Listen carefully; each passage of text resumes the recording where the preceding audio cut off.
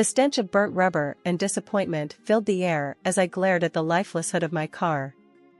It was supposed to be a quick dash to meet a new client, not a roadside breakdown on a deserted highway. I sighed, pulling out my phone and dialing roadside assistance. The robotic voice on the other end promised a wait time of at least an hour. Just as frustration threatened to boil over, a beat-up pickup truck screeched to a halt behind me. A grease-stained hand emerged from the driver's side, followed by a man with a grin as wide as his overalls. "Car trouble, huh?" he drawled, his voice warm and friendly. "You could say that," I replied, a touch of exasperation in my voice. "Looks like I'm stuck here for a while. I'm Nellie." He chuckled. "Don't worry, ma'am. I'm Alex, and this here is my territory. Most likely fix you right up." He worked quickly, his movements efficient and practiced. As he replaced the battery, we fell into conversation. I learned about his auto repair shop, a local gem known for its honesty and fair prices. He, in turn, listened patiently as I explained the world of investment portfolios and stock markets. "Sounds complicated," he said with a scratch of his head. "All that fancy math and paper pushing. Gimme a good old wrench and a rusty engine any day. At least I can see what I'm working with, real things, not some numbers on a screen." I snorted. "Don't knock it till you try it, Alex. Investments are the future. They allow people to grow their wealth, secure their dreams." We continued to debate the merits of his wrenches versus my spreadsheets as he finished the job. By the time my car roared back to life, the sun was dipping below the horizon, painting the sky in hues of orange and purple. "Thanks, Alex," I said, shaking his hand, a warmth spreading through me that had nothing to do with the now functional engine. "Actually, I was wondering, maybe you'd like to grab a coffee sometime? Not to talk cars and investments, but just, to chat?" The surprise on his face quickly melted into a smile. "Coffee sounds good," he replied, scratching the back of his neck. "How about tomorrow morning?" "My treat, as a thank you for putting up with my greasy fingers on your fancy car." We exchanged numbers, and as I drove away, the setting sun felt a little brighter, the future a little less certain, but a whole lot more exciting. A year flew by in a whirlwind of greasy spoon dinners, late-night strategy sessions, and stolen kisses under starlit skies. We married in a simple ceremony, surrounded by close friends and the slightly bewildered gazes of Alex's family. His parents were kind, old-fashioned folks, but his sister, Sarah, however, was a different story entirely. At 28, she was a permanent resident at their house, her days spent flitting between manicures and shopping sprees, funded entirely by her parents' generosity. The first few months of married life were a blissful blur. We settled into a cozy starter home near Alex's parents' place, a practical choice according to him. My dreams, however, stretched far beyond the picket fence. I envisioned a sprawling mansion, a testament to the financial empire I was building, complete with a gleaming basketball court for the future mini-me's I yearned for. Sunday dinners at Alex's parents' house were an exercise in forced cheer. Sarah, draped in the latest designer outfit and sporting a fresh manicure, would regale us with tales of her weekend getaway to some exotic locale. Her parents beamed with pride, oblivious to the growing strain on their finances. One particularly tense Sunday, after Sarah had announced her plans for a month-long European cruise, Alex's dad, a kind-faced man named Henry, cleared his throat and spoke hesitantly. "Alex, son," he began. "Since we retired, things have been a bit tighter than we expected. We were hoping—" His voice trailed off, his eyes pleading. Alex, ever the dutiful son, immediately understood. "Sure, Dad. How much do you need?" My stomach lurched. Here we go again, I thought, bracing myself for another financial dance with Sarah's bottomless pit of needs. "Just a little help to get us through," Henry mumbled, avoiding my gaze. "Retirement ain't exactly what it's cracked up to be on a fixed income." "Don't worry, Dad," Alex said reassuringly, placing a hand on his shoulder. "We'll take care of it." Later that night, as we lay in bed, I couldn't hold back any longer. Alex, I said softly, how much are you giving them this time? He sighed, running a hand through his hair. Look, honey, it's family. They need a little help, that's all. A little help every month adds up, Alex, I pointed out. And what about Sarah's little European jaunt? Don't you think they might need that money more? Alex bristled. Don't you start with Sarah. It's none of your business how she spends her money. It becomes my business, I shot back, my voice rising. When it affects our finances. We're a team, remember? And frankly, I'm tired of feeling like an ATM for your entire family. The words hung heavy in the air, a stark contrast to the comfortable silence that usually filled our bedroom. Alex's jaw tightened. You just don't understand what family means, he said, his voice laced with anger. You have no relatives, so you wouldn't get it. That hit me like a sucker punch. It was true, I didn't have any family. My parents had passed away when I was young, leaving me a small inheritance that I had used to put myself through college. But the lack of a family wasn't a choice I had made, and it certainly didn't make me any less capable of understanding loyalty and love. One Tuesday evening, the phone rang, shattering the fragile peace in our house. It was Sarah, her voice choked with sobs. It's Dad, she stammered. He's in the hospital. Cancer. They say it's bad. The world seemed to tilt on its axis. Alex, his face pale, grabbed the phone from my hand and spoke in hushed tones. When he hung up, his eyes were red-rimmed. He's not going to make it, he said, his voice thick with emotion. The doctors are giving him a few weeks, maybe a month at most. The next few weeks were a blur of hospital visits, tear-filled goodbyes, and whispered promises. As the inevitable drew closer, the question of the funeral arrangements loomed large. One evening, Sarah, her eyes red and puffy, announced, I've talked to the funeral home. It's going to be a bit expensive, but Dad deserves the best, right? Alex, still raw with grief, readily agreed. Of course, honey, whatever it takes. It comes to. Sarah hesitated, then blurted out. $50,000. My jaw dropped. $50,000 for a funeral? That seemed like a staggering sum, especially considering the modest means of Alex's parents. 50,000? I echoed, unable to contain my surprise. Isn't that a bit excessive? Alex shot me a withering look. Don't be insensitive, Nellie. It's Dad's funeral. We have to honor him properly. Can't you just be supportive for once? The accusation stung. Supportive? I had spent the past few weeks juggling work and hospital visits, all while trying to navigate the emotional minefield that was his family. But apparently, that wasn't enough. Look, I said, trying to keep my voice calm. $50,000 is a lot of money. Maybe we should talk to your mom and see what she thinks. Before I could finish my sentence, Alex exploded. Don't you dare bring Mom into this, he roared. This is about family, and you clearly don't understand what that means. You only care about money. His words were a slap in the face. Tears welled up in my eyes, blurring my vision. Here we were again, at the same impasse.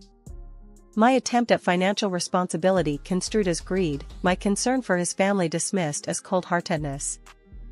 The sting of defeat lingered long after I transferred the $25,000 to Alex. Swallowing my pride and doubts, I did it for us, for our future. Maybe, I naively hoped, this would be the olive branch that ended the fight and brought us back together. But Alex, it seemed, had other plans. That night, he packed a duffel bag, his face etched with a stony resolve. Where are you going? I asked, my voice barely a croak. I need to be with Mom, he said curtly. She's taking this really hard. But what about us? I pleaded, a desperate hope flickering in my chest. He didn't answer. Just a gruff goodbye and the slam of the front door, leaving me alone in the echoing silence of our once happy home. The next few days were a blur of tearful phone calls to Alex's mom, unanswered texts, and a gnawing emptiness that settled in my gut. Finally, I received a call from the funeral home, a reminder of the looming farewell. Wiping away a fresh wave of tears, I dressed in black, the weight of the unresolved conflict a heavy burden on my shoulders. Arriving at the funeral home, a cold dread slithered down my spine as I noticed the deserted parking lot and the closed doors. "Excuse me?" I stammered, approaching the receptionist, a kind-faced woman with weary eyes. "Yes, ma'am," she replied politely. "I'm here for the service of Mr. Henry Johnson?" I inquired, my voice trembling slightly. She consulted the ledger on her desk, her brow furrowing slightly. "The service for Mr. Johnson concluded yesterday, dear." The world seemed to tilt on its axis. "Yesterday? But My voice trailed off, confusion clouding my thoughts. "Alex didn't tell me." The woman offered a sympathetic smile. "Perhaps there was a misunderstanding. It was a simple cremation, as per the family's wishes." Cremation? The image of the extravagant funeral Sarah had described sent a jolt through me. $50,000 for a cremation? The pieces just weren't fitting. Anger, cold and sharp, began to replace the initial shock. Furious and confused, I stormed out of the funeral home, the receptionist's words echoing in my head. The betrayal gnawed at me, a bitter pill to swallow. Where was Alex? Why hadn't he told me? More importantly, where did all that money go? With a burning determination, I steered my car towards Alex's childhood home. Pulling into the driveway, I saw him emerging from his car, a glint of surprise flashing across his face. "Alex!" I shouted, flinging open the car door. "What is going on? Where did all this money go? And why wasn't I informed about the change in plans?" "You didn't care," he shot back, his voice laced with hurt and accusation. "You only think about money, never about family." The audacity of his words left me speechless. "Family?" I echoed, my voice dripping with sarcasm.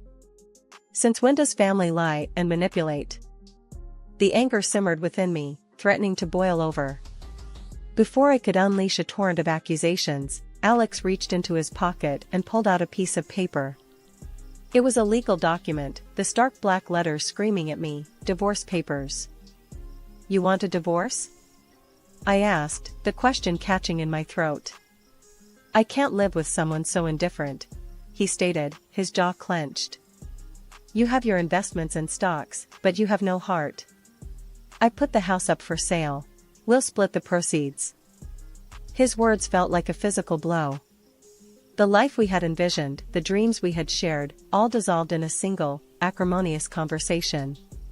Tears welled up in my eyes, blurring my vision.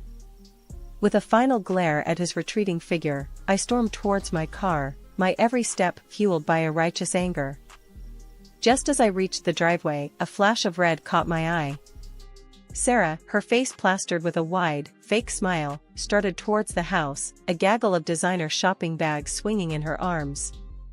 And parked right beside her, gleaming in the afternoon sun, was a brand new sports car. "What the hell, Sarah?" I barked, my voice laced with ice. "Where'd you get the dough for that beauty?" Sarah's smile faltered for a split second, then returned with a touch of defiance. "Oh, hey, Nellie," she drawled, feigning surprise. "This? Inheritance, honey. Dad left me a little something extra." Her words were unconvincing. There was no trace of grief on her face, no mourning in her eyes. Just a smug satisfaction that grated on my every nerve. Ignoring the urge to confront her, I stormed towards my car, the image of the divorce papers burning a hole in my pocket. There was only one place I needed to go. The familiar chime of the funeral home door announced my arrival. Behind the reception desk sat Emily, a classmate from high school. Relief washed over me like a tidal wave. "Emily, thank God it's you," I blurted, rushing towards her. "Hey, Nellie," she said, a smile stretching across her face. "What brings you here?" "It's a long story," I sighed, forcing a smile. Instead of launching into the whole mess, I cut to the chase. "I need some information about a recent service, Mr. Johnson." Emily quickly pulled up the file on her computer. Ah, yes. Cremation, as per the family's wishes. Is there anything else I can help you with? My heart hammered in my chest. Cremation? I echoed, the word tasting foreign on my tongue. The cost? Emily tapped a few keys on the keyboard. The total came to $5,237. I can print you a duplicate copy of this receipt, if that would be helpful. Relief flooded me. Yes, please, I croaked, my voice thick with emotion. Thank you, Emily. You have no idea what this means to me. My knuckles were white-hot as I gripped the steering wheel, the evidence burning a hole in my pocket. The facade of Alex's childhood home mocked me with its familiarity. Taking a deep breath, I marched towards the front door, my purpose fueling my steps. The moment I stepped inside, the first thing I saw was Alex, Sarah perched beside him like a bad omen. His mother sat on the couch, a tear-stained tissue clutched in her hand. The air crackled with a tense silence. Hey everyone, I greeted, my voice surprisingly steady. Alex's mother, her eyes red-rimmed, looked up with a flicker of surprise. Oh, Nellie. Why weren't you at the service yesterday? Service? I scoffed. No one told me it was postponed. I thought it was today. I offered Alex's mother my condolences, a hollow gesture at best, and then turned to Alex. Can we talk in private? I asked, my voice low. There are no secrets in this family, he shot back, his jaw clenched. Especially not from someone who isn't considered family anymore. His words stung, but I refused to let him get under my skin. Reaching into my purse, I pulled out the check and slammed it on the coffee table in front of him. Here's the money for the funeral, I stated, my voice firm. Now, where'd the rest of it go? Alex stared at the check, his brow furrowed in confusion. What rest of it? Don't play dumb with me, I snapped. The check is for $50,000. The funeral home said the service cost $5,000. Explain. The confusion on Alex's face seemed genuine. His eyes darted towards his sister, a silent question hanging in the air. This is ridiculous, Sarah sputtered, jumping to her feet. You just can't come in here throwing accusations around. But her outburst backfired. Alex's mother, who had been silently observing the exchange, spoke up. Wait, she said, her voice shaky. Your father had some money saved for his funeral. And I gave Sarah $10,000 to help with the arrangements. I did a quick mental calculation. $50,000 from us, plus $10,000 from you, Mom, that's $60,000. The service cost $5,000. Where's the remaining $55,000? My gaze landed on Sarah, a question mark etched on my face. Sarah's carefully constructed facade crumbled. Her cheeks flushed crimson, and she shifted uncomfortably under my stare. Finally, she mumbled, well, I just saw this amazing car, and I couldn't resist. Instead of the anger I expected, Alex placed a comforting hand on Sarah's shoulder. Hey, he murmured. It's not a big deal. You just needed a new car. We can figure something out next time. My blood ran cold. Not only had Sarah stolen the money, but Alex was condoning her actions? Did he not see the gravity of the situation? Not a big deal? I repeated, my voice laced with incredulity. She stole money, Alex. From her own father's funeral fund. Alex glared at me, his voice icy. You wouldn't understand, Nellie. You don't have family. You only care about money. His words hit me like a physical blow. The anger simmering inside me boiled over. I slammed the signed divorce papers in front of him. Take them, I spat, my voice trembling with rage. And then tell your precious sister to give me back my $25,000. Otherwise, I'll sue her for fraud. Alex opened his mouth to protest, but I held up a hand, silencing him. You know what, Alex? Save it. There's nothing left to say. The weight of the past few days finally settled on my shoulders, a crushing burden. Tears welled up in my eyes, blurring my vision. But I blinked them back, refusing to crumble in front of them. 2 weeks flew by in a blur of paperwork and emotional turmoil. The house, once a symbol of our future, sat on the market. Then, one sunny afternoon, the doorbell rang. Opening the door, I was met with Sarah, a defiant glint in her eyes. "Here," she said, shoving a thick envelope into my hand. "Your precious money. Happy now?" Her smug demeanor ignited a flicker of anger within me. "Don't act like you're doing me a favor," I retorted.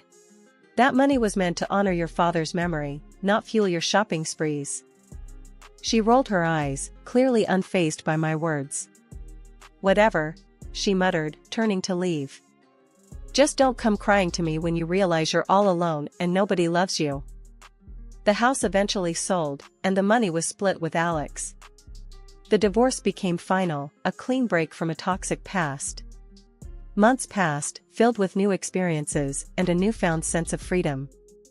Then, one day, the phone rang. The caller ID displayed Alex's number, a number I'd long since deleted from my memory. Hesitantly, I picked up. "Hello?" "Hey Nellie," came Alex's voice, laced with a desperation I hadn't heard before. "I need your help." "What kind of help?" I asked, already dreading the answer. "It's Sarah," he sighed. "She got into some serious debt, gambling debts, mostly. The creditors are after us, Nellie. They've already taken the house, the car repair shop." "What do you mean, us?" I clarified, my voice tight. "You and Sarah are no longer us, Alex. We're divorced, remember?" "Come on, Nellie," he pleaded. "Don't be like that. You have money, you can help us out. Besides, you're all alone anyway. No kids, no family, nobody needs you." His words felt like a slap in the face.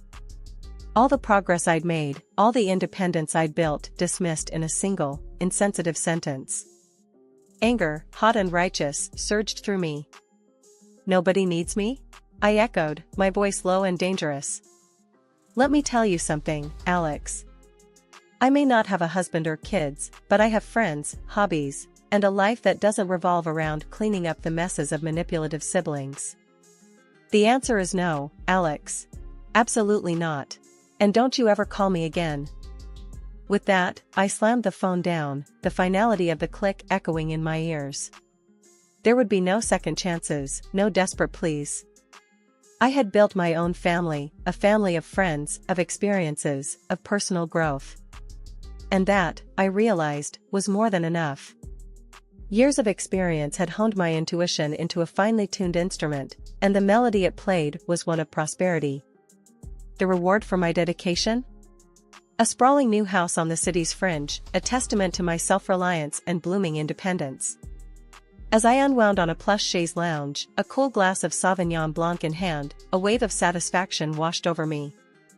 This was the life I had built, brick by brick, on the foundation of self-belief. The tranquility was broken by the insistent buzzing of my phone. An unknown number flickered on the screen. Usually, such calls were met with a dismissive silence, but a strange sense of unease gnawed at me. With a sigh, I swiped the answer button. "Hello?" I answered cautiously.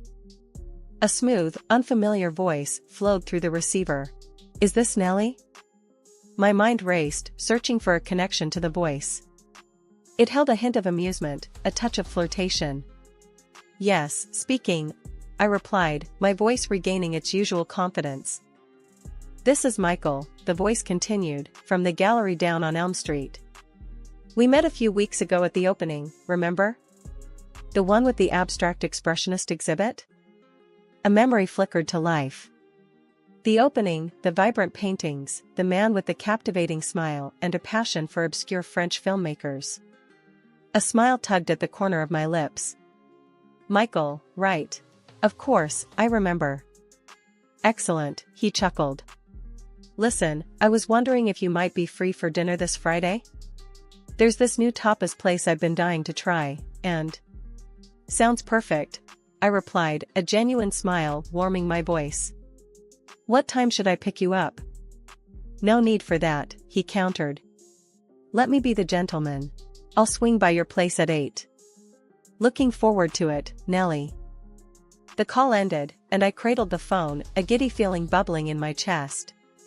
Life wasn't just about financial success, it was about building connections, fostering new experiences.